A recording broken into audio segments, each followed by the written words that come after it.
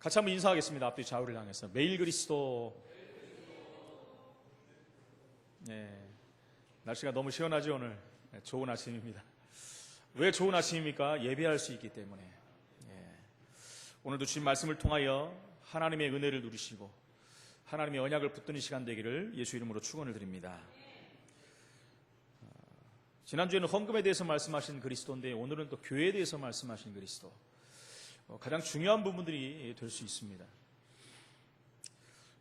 그 전에 한참 들었던 얘기인데 저도 확인을 해봤고 서울에 기독교인의 30%가 점집에 가봤다라는 통계가 나왔었습니다.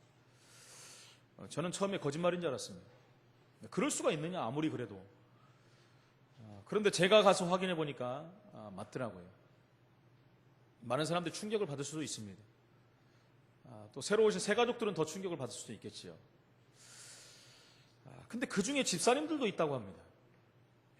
여러분 이런 말을 들을 때 여러분들은 어떤 생각이 납니까? 그들이 구원을 받지 못하였던가 아니면 성경을 전혀 모르는 사람들 중에 하나겠죠. 그래서 교회에 다니는 게 문제가 아니고 예수를 믿는 것이 더 중요합니다. 예수 믿는 사람이 교회에 가서 예배 드리는 거지 예수 믿지도 않는데 교회 와서 예배를 드리면 여러분 말씀이 들어가지 않습니다. 그러니까 성경이 깨달아질 수가 없는 것이지요. 구원을 못 받고 성경을 모르니까 결국 응답이 없으니까 인생이 곤괴해지고 문제가 오면 뭔가 잡으려고 하기 때문에 여기저기 기웃거리고 급기야는 점집에 갈 수도 있는 것입니다. 여러분 인생이 안 풀리는 문제에 대한 답은 성경에 다 기록되어 있습니다.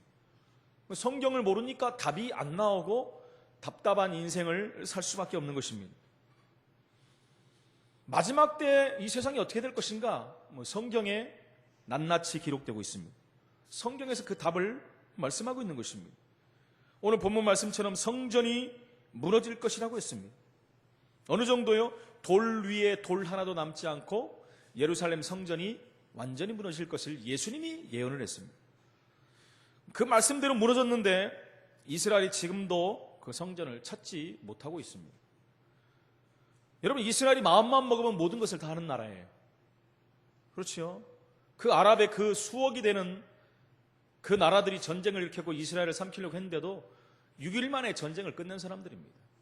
세계 최고 첨단 무기를 다 갖고 있는 사람, 세계 경제를 다 장악하고 있는 사람들입니다. 미국의 배후가 전부 유대인입니다. 유대인이 다 빠져버리면 미국은 돌아갈 수가 없습니다. 그 정도로 막강한 영향력을 미치고 있기 때문에 그들이 마음 먹으면 성전 회복하는 것은 하루아침에도 할 수 있습니다. 그러나 성경에는 분명히 회복하지 못할 것이다 라고 말씀하고 있습니다. 지금까지도 찾지 못하고 있어요. 얼마 전에 보니까 이스라엘이 그래서 성전을 찾아야 되겠다, 본격적으로 우리가 찾자라고 결의 대회를 하는 것을 또 봤습니다만, 그런 하나님의 말씀은 그렇게 안 돼 있다는 것이죠. 그래서 우리가 말씀을 바로 깨닫고 말씀을 믿으면 여러분 미래를 대비할 수 있고 성공하는 인생을 살 수가 있는 것입니다. 그러면 당연히 교회가 어떤 곳인지 이해할 수가 있겠지요. 교회가 무엇을 해야 되며 어떤 일을 해야 되는가, 거기에 대한 답이 나와야 된다는 것입니다. 첫 번째, 오늘 예수님께서 사명을 잃어버린 교회에 대해서 경고하고 있는 것입니다. 오늘날 교회에 대해서도 예수님은 경고를 하고 있는 것입니다.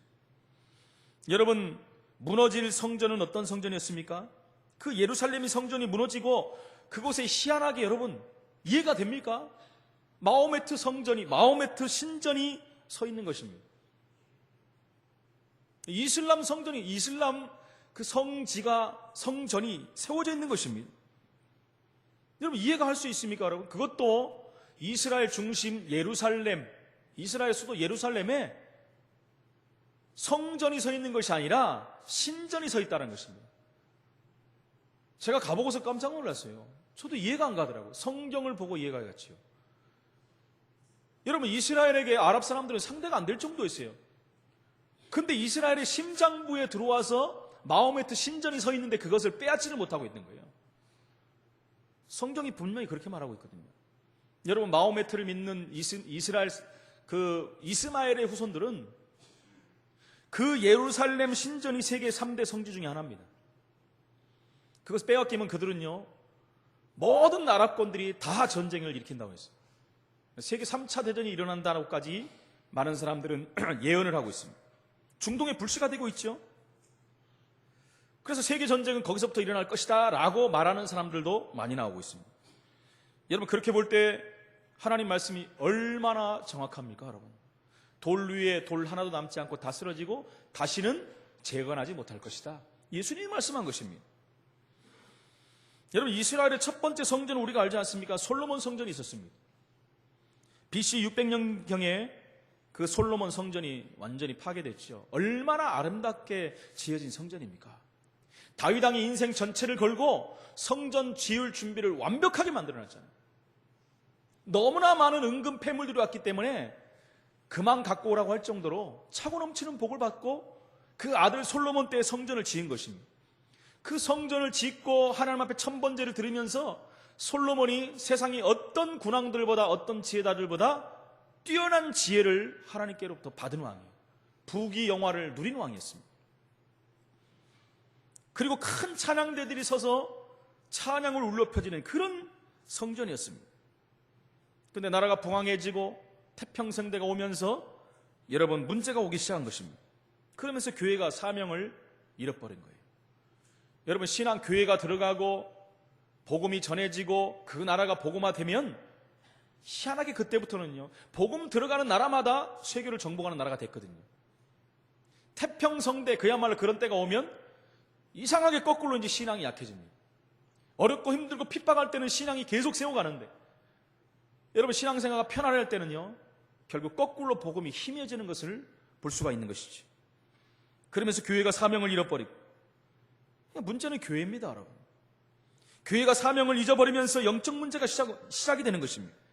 결국은 바벨론이 이스라엘을 쳐들어와서 이스라엘을 함락시키고 완전히 멸망시키고, 우리가 잘 알다시피 이스라엘의 마지막 23대 시드기야 왕이 누나를 뽑히고 발에다 쇠고랑을 채워서 2000km가 넘는 바벨론까지 처참하게 끌려가서 죽었습니다. 하나님을 섬기는 그 이스라엘이 마지막 완전히 성전이 무너지고 처참한 몰골을 보게 된 것입니다. 그때 예루살렘 성전이 불태워지고 성전에 있는 그 수많은 기물들을 다 바벨론에서 가져가 버린 것입니다. 결국 바벨론에 가서 그 하나님을 섬겼던 그 성물들을 가지고 제사를 지내는 데 쓰임받았고, 술 마시고 여러분 환락을 즐기는 데 쓰임받는 것이 된 것입니다.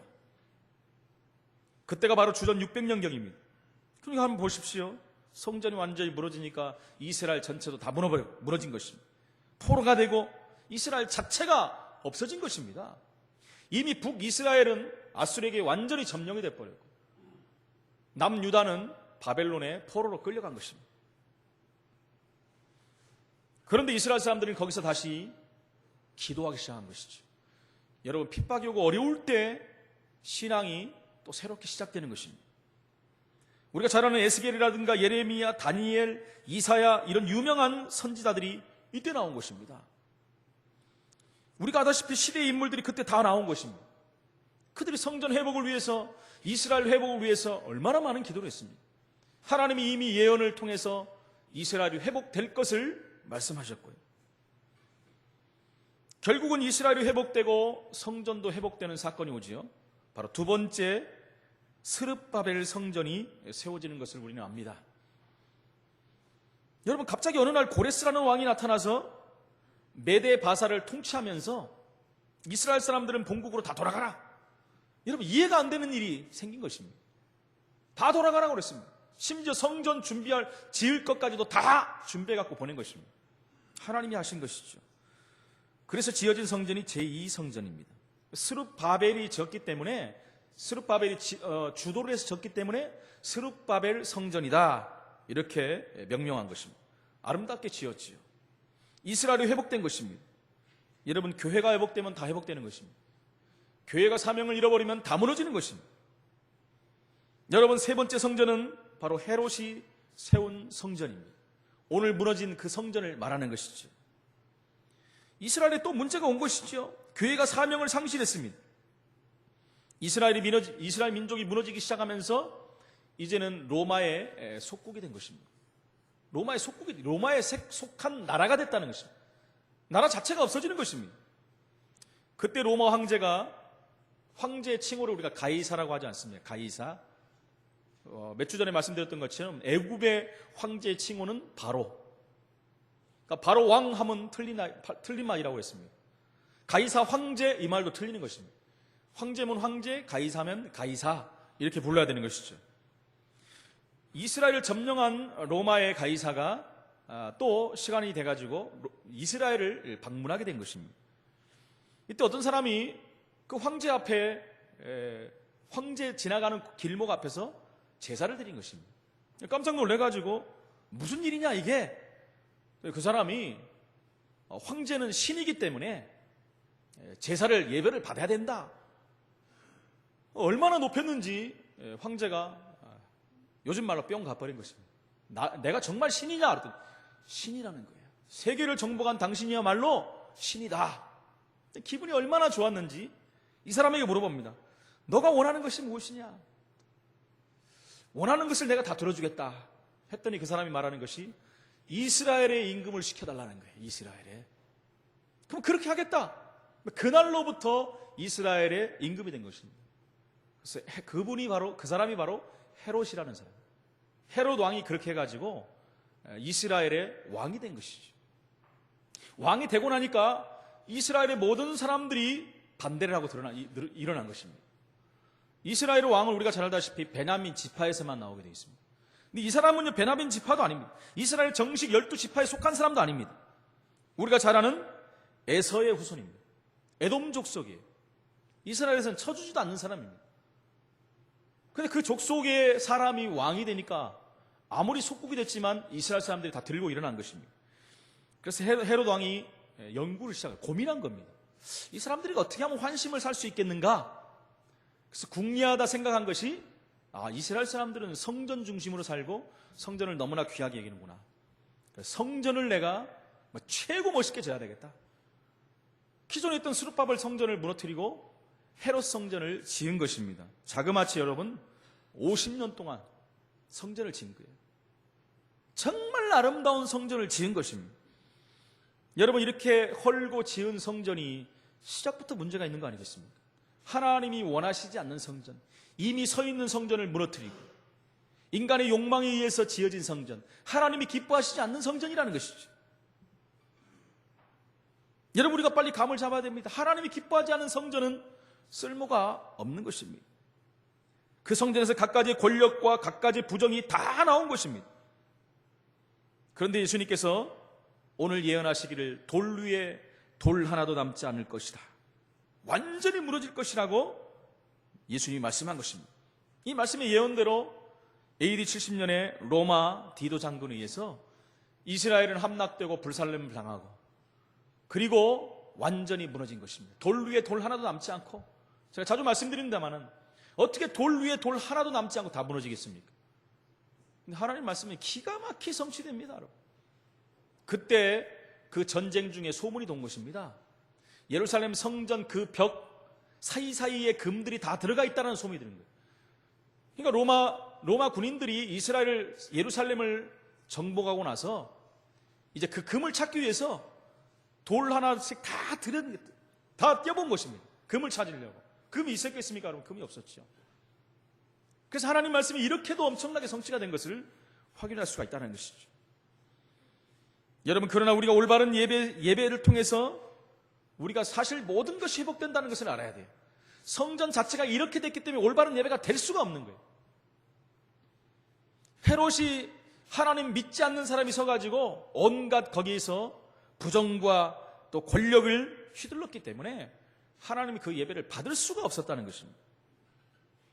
여러분, 사회 문제화된 영적 문제는 사실 깊이 들어가면 교회 문제입니다. 여러분, 교회 문제입니다.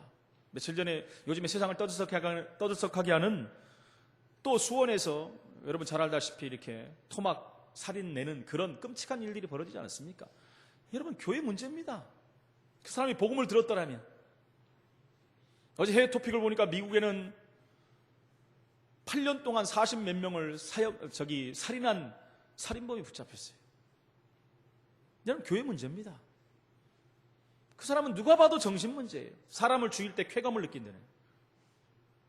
사람을 죽이지 않으면 불안하다는 거예요. 죽일 때 그 희열이 어떻게 표현할 수가 없다는 거예요. 그러다 보니까 8년 동안 40명이 넘는 사람을, 그것도 약한 어린 아이들과 여자들만 골라서 살인을 행한 것입니다. 여러분, 시대가 갈수록, 세상이 갈수록 이런 끔찍한, 사실 말이 안 되는 일들이 계속 벌어지고 있는 모습을 봐야 됩니다. 그때마다 우리는 그 사람들의 못된 인간, 그 인간도 아니다, 이렇게 정죄를 하지 않습니까? 그 이전에 그 사람이 복음을 알았더라면, 그 사람이 예수님이 증거됐다면 그런 일이 있었겠는가? 본질적으로 우리의 책임이라는 것을 우리는 알아야 된다는 것입니다. 여러분, 그렇다면 교회의 본질이 뭡니까?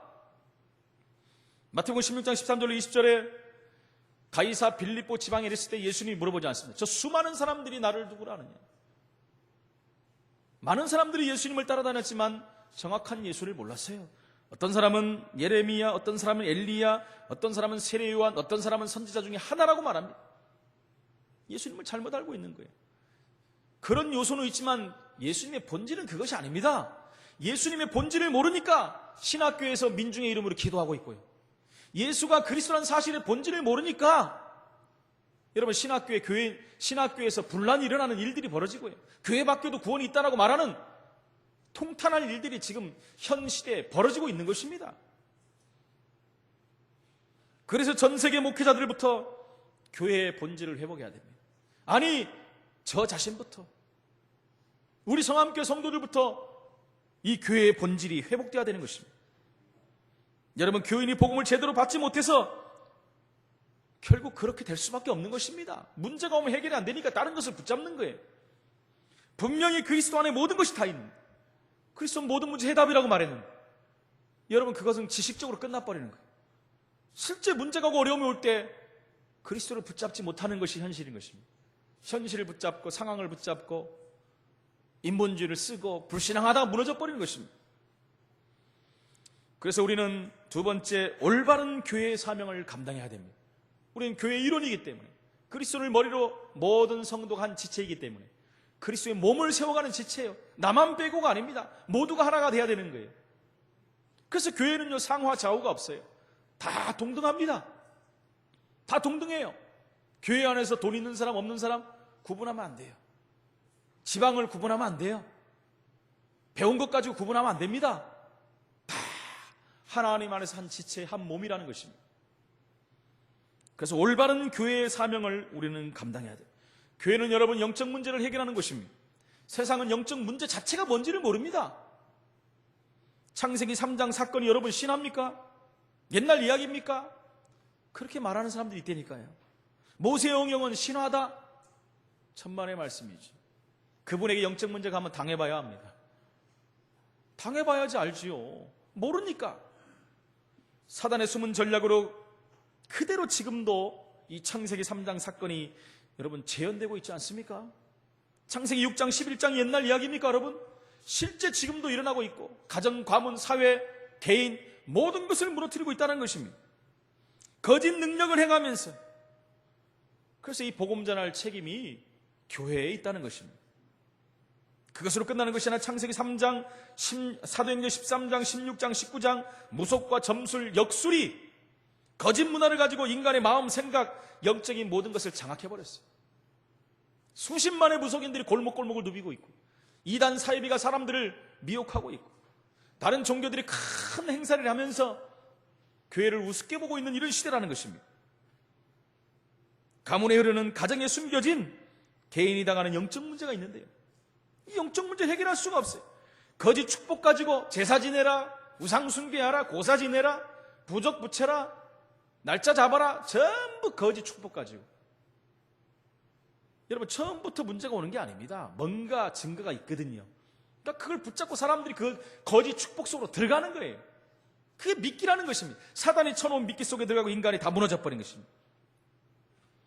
많은 사람들이 교회의 사명과 본질을 빼버리고 엉뚱한 일에 몰두하고 있다는 것입니다. 교회가 교회 사명을 감당하지 않으면 그 교회는 하나님 앞에서 무용지물입니다. 하나님이 쓰실 이유가 없어요. 복음이 빠진 교회는 교회가 아닙니다, 여러분. 전도하지 않는 교회는 교회가 아니라고 그랬어요. 수많은 사람들이 고통과 저주, 재앙 가운데 있는데 그 영혼을 살리지 않는다면 교회가 아니라는 것입니다. 너무나 많은 사람들이 고통 중에 저주, 재앙 가운데 무너져가고 있는데 여러분, 지금도 그들이 나타나지 않지만 속으로 울고 있고 고통당하고 있고 해결되지 않는 문제 때문에 이곳저곳으로 방황하는 사람들이 얼마나 많은지 압니까, 여러분? 저번에도 말씀드렸던 교회를 8년 이상 다녔던 권사님은 완전히 헤매고 있습니다.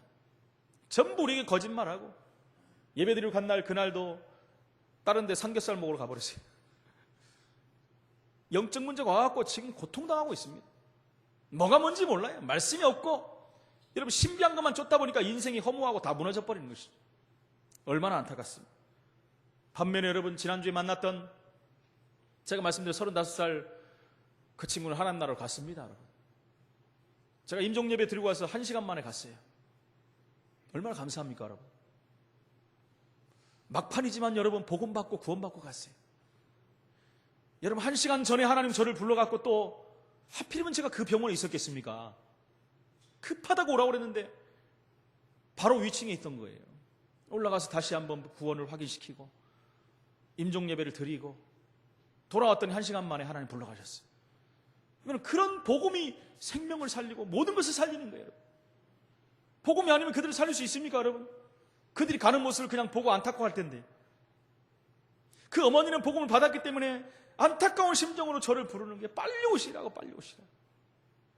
애야, 정신 차려라, 정신 차려라. 목사님 와서 예배 드려야 된다. 복음 안 받은 사람이 그런 말 할 수 있겠습니까, 여러분? 여러분, 복음 없으면 그런 말 할 수도 없어요. 마지막에 죽을 때 얼마나 괴롭습니까, 여러분? 괴롭지요.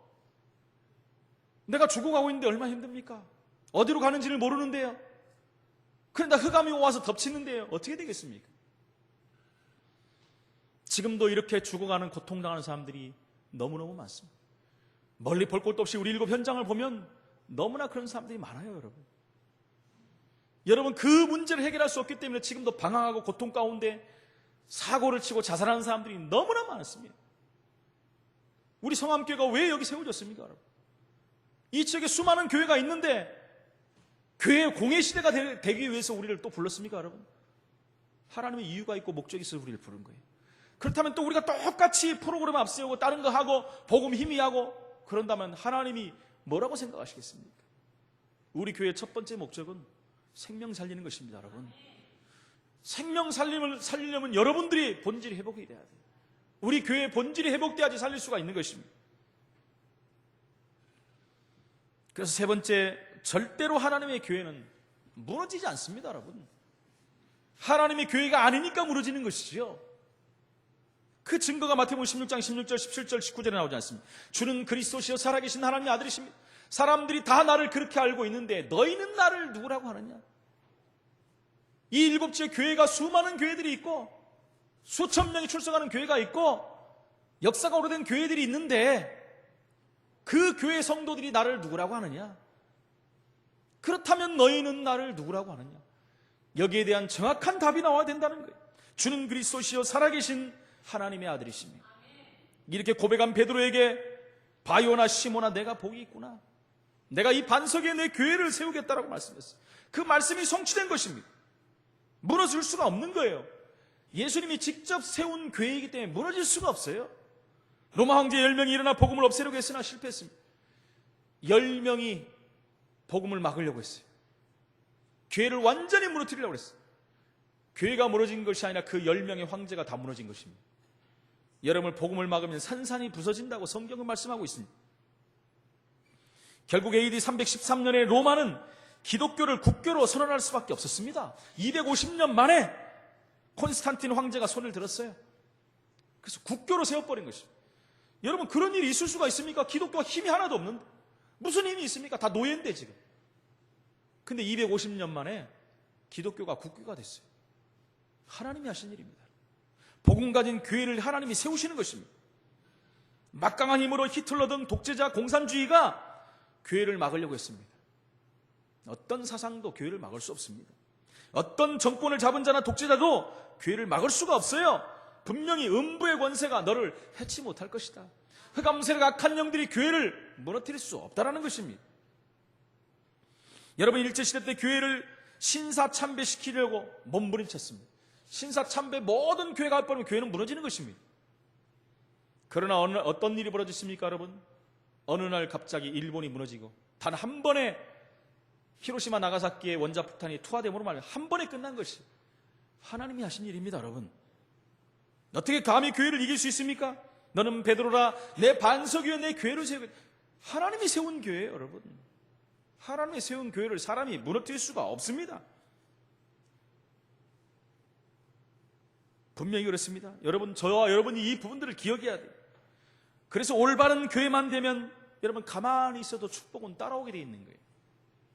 교회의 본질을 회복하면 나머지는 하나님께서 다 축복하시는 것입니다. 여러분, 헬라를 축복하셔서 하나님은 성경을 완벽하게 번역하게 만들었어요. 70인역을 번역했습니다. 여러분, 로마를 축복하셔서 기독교 중심 국가로 만들었습니다. 그래서 모든 길은 로마로. 여러분, 왜 모든 길을 로마로 틀었는지 압니까, 여러분? 복음 증가하는데 급속도로 전해지기 위해서 하나님이 그렇게 만드신 거예요. 역사가들은 말하지 않습니까? 모든 길은 로마로. 그 다음엔 답이 안 나와요. 뭐 문화, 문명 이런 걸 말하는데 복음 때문에 됐다는 것을 깨닫지를 못하고 있는 것입니다. 독일이라는 나라를 축복하셔서 종교 개혁이 일어나게 만들었습니다. 그래서 신학자가 최고 많이 배출된 나라가 독일입니다. 영국을 축복하셔서 전도운동하게 했습니다. 그래서 영국은요, 해가 지지 않는 나라가 됐어요. 또한 미국을 축복하셔서 선교운동하게 했습니다. 세계 최강의 나라가 된 것을 볼 수가 있습니다. 하나님이 이 시대 한국을 축복하셔서 급속도로 세계 교회 유래를 찾아볼 수 없을 정도로 하나님은 부흥운동을 일으키셨습니다. 세계 복음할 수 있도록 하나님 그럴 것입니다. 많은 사람들이 한강의 기적이라고 하지 유래를 찾아볼 수 없다고 그랬습니다. 이 나라 민족 교회를 하나님이 세웠기 때문에 무너뜨릴 수가 없습니다. 여러분, 어떤 정신 나간 여자가 오늘 아침 4시 반에 전쟁이 일어난다고 했지 않습니까? 제가 5시에 일어났는데 전쟁이 안 일어났다고요. 근데 그 말을 듣고 수많은 사람들이 한국을 떠나서 구원의 방주 속으로 들어갔습니다. 자기들이 만드는 방주 속으로. 그럼 도대체 오늘 뭐라고 할 것입니까? 제가 어떻게 말할 것이라는 것까지도 말씀드렸잖아요. 하나님이 연장했다. 전쟁을 연장시켰다. 분명히 그렇게 말할 것입니다. 올바른 교회를 섬기지 못하면 올바른 말씀을 들을 수가 없기 때문에 올바른 분별과 판단을 할 수가 없습니다. 겁주고 하별이면 여러분 겁주는데 방법이 있습니까, 여러분? 그 사람들조차도 신비주의인데 신비주의 대가가 말했는데 전쟁이 일어난다고 그건 다 따라가는 거예요. 오늘 성경 말씀에 분명히 들었지 않습니까? 미혹을 받지 않도록 주의하라. 많은 사람이 내 이름으로 와서 이르되 내가 그라하며 내가 그리스도라고 한다는 거예요. 우리나라에 지금 내가 그라고 하는 사람들이 얼마나 많습니까, 여러분? 이상한 이단, 사이비, 잡다한 종교들 만들어가지고 자기가 교주가 돼갖고 수많은 사람들을 지금 미혹하고 있다는 것입니다. 극성 부리는 여러분 신천지, 안상홍 증인교 보십시오, 여러분. 수많은 사람 가정을 파괴하고 자기가 하나님이고 자기가 그리스도가 돼가지고 하나님의 이름을 망령되이 일으키고 하는 거예요. 그들의 말은 여러분 처참합니다. 여호와 이름을 망령케 하는 자는 하나님이 가만 안 둔다 그랬어요. 수많은 사람들을 망하는 길로 이끌어가는 그들은 처참한 마지막을 당하게 될 것입니다. 제가 겁주는 게 아니라 성경이 말하고 있는 것입니다. 여러분, 하나님의 교회는 누구도 막을 수가 없습니다. 교회를 무너뜨리는 자가 무너지는 것이죠. 교회가 뭡니까, 여러분? 고린도서 3장 16절에 보니까 구원받은 성도가 개인이라고 그랬어요. 너희가 알지 못하느냐? 너희 몸이 하나님이 성전이고 하나님이 성령이 너희 안에 거하는 것을 알지 못하느냐? 왜 너희는 잡다한 다른 것 갖고 먹을 것 갖고 싸우고 있느냐?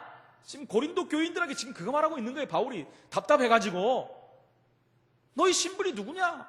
너희는 구원받은 하나님 자녀 아니냐? 무슨 그런 우상잼을 먹는 것 갖고 싸우고 있느냐 지금? 그 음성이 오늘 우리에게 주시는 음성인 줄로 믿습니다. 수많은 사람들이 교회 안에서 먹을 것, 입을 것, 육신의 것까지 싸우고 교회를 더럽히고 있는 그런 시대가 온 것입니다, 여러분. 마태복음 18장 18절 20절에 보니까 구원받은 그 성도들의 모임이 교회라고 그랬어요. 두세 사람이 모여 기도하는 곳에 내가 그곳에 있겠다라고 그랬어요. 그래서 그리스도를 머리로 그리스도의 몸을 세우는 것이 교회입니다. 저와 여러분이 교회예요. 말씀드렸지요? 우리 성함 교회는 교회 당이고 예배 당이지 교회가 아닙니다, 여러분. 일반적으로 우리가 교회라고 하는 것이 정확한 표현은 교회당이고 예배당이에요. 교회는 성도 개개인이 교회고 전체 모임이 교회라는 것이에요. 사도행전 18장 1절로 4절에 구원받은 하나님의 성도들이 가는 모든 현장, 직업, 장소, 그것이 교회예요, 여러분. 그래서 우리가 전문교회, 지교회 이런 말을 하는 이유가 거기 있는 것입니다. 베드로전서 2장 9절에 보니까 그 빛을 선전하는 곳이 교회라고 그랬습니다. 저와 여러분 교회이기 때문에 빛을 비춰야 돼요.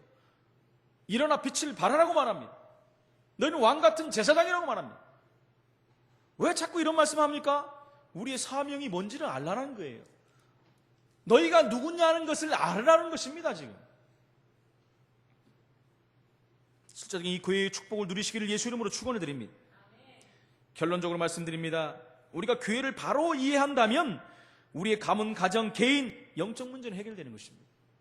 반드시 해결되게 되어 있습니다. 사회 문제까지 해결됩니다. 이 문제가 해결되는 저와 여러분이 사회에 나가면, 현장에 나가면 그곳에 빛이 비춰지기 때문에 흑암 세력은 무너지는 것입니다. 그러면 당연히 변화가 될 수밖에 없는 거예요. 그런데 그리스도인들이 가는 직장, 사회, 이곳에 문제가 생긴다면 어떤 일이 벌어지겠습니까, 여러분? 그러니까 세상 사람들이 교회를 향해서 지금 손가락질을 하고 있는 거예요. 복음이 희미해졌고 교회의 본질을 잃어버린 사람들이 현장에 가니까 문제가 오는 거예요. 그래서 제가 말씀드려요. 교회 다닌다며 이런 말을 듣는 거예요. 교회 다니는 사람들은 현장을 살려야 됩니다.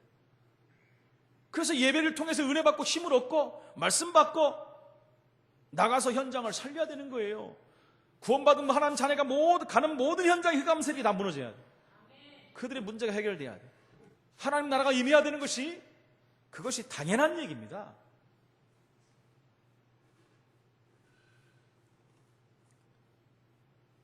결론 두 번째로 우리는 지역 살리는 대표적인 교회로 가야 됩니다. 누가 뭐라고 하든지 우리는 하나님 말씀 언약으로 붙잡고 복음 전하는 교회로, 하나님이 쓰시는 교회로 지역을 살리고 민족 살리는 대표적인 교회로 서야 됩니다. 그러기 위해서는 우리는 복음과 전도와 기도가 누려지는 교회가 돼야 돼요.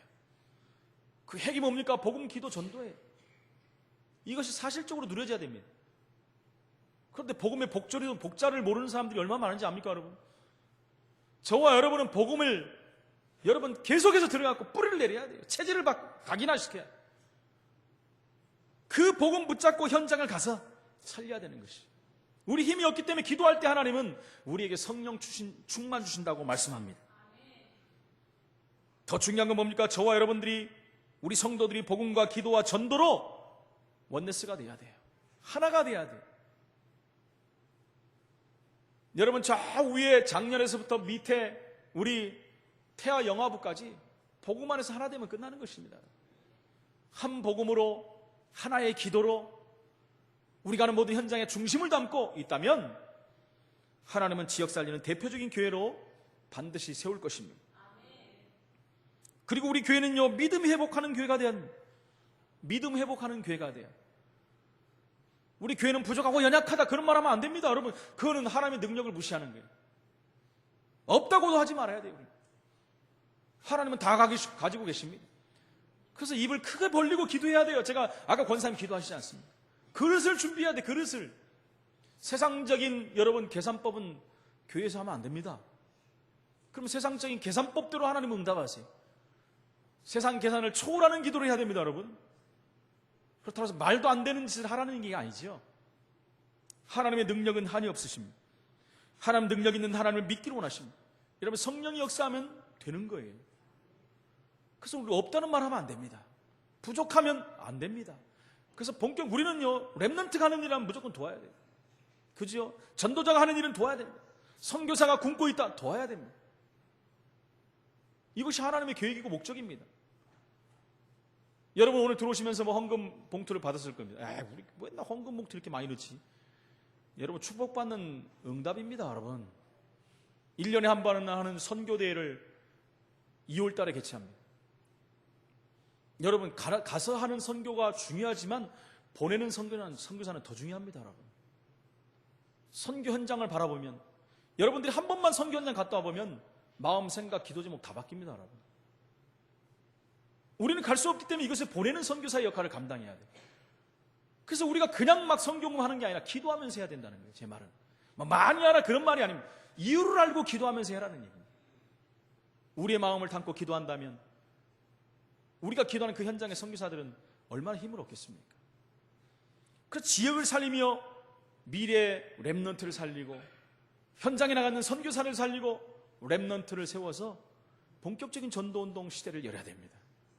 우리 교회가 이 응답받는, 하나님이 가장 원하시는, 하나님이 보시고 정말 마음을 시원케 하는 교회라는 그런 응답받는 교회가 되어야 될 줄로 믿습니다.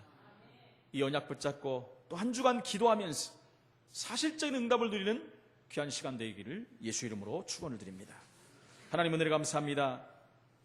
사명을 잃어버린 교회, 예수님이 오늘 경고하는 말씀을 우리 심령 중심 깊은 곳에 받게 하셨어요.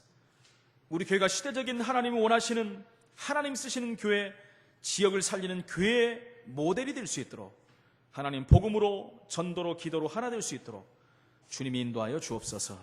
예수 그리스도 이름으로 기도합나이다. 아멘.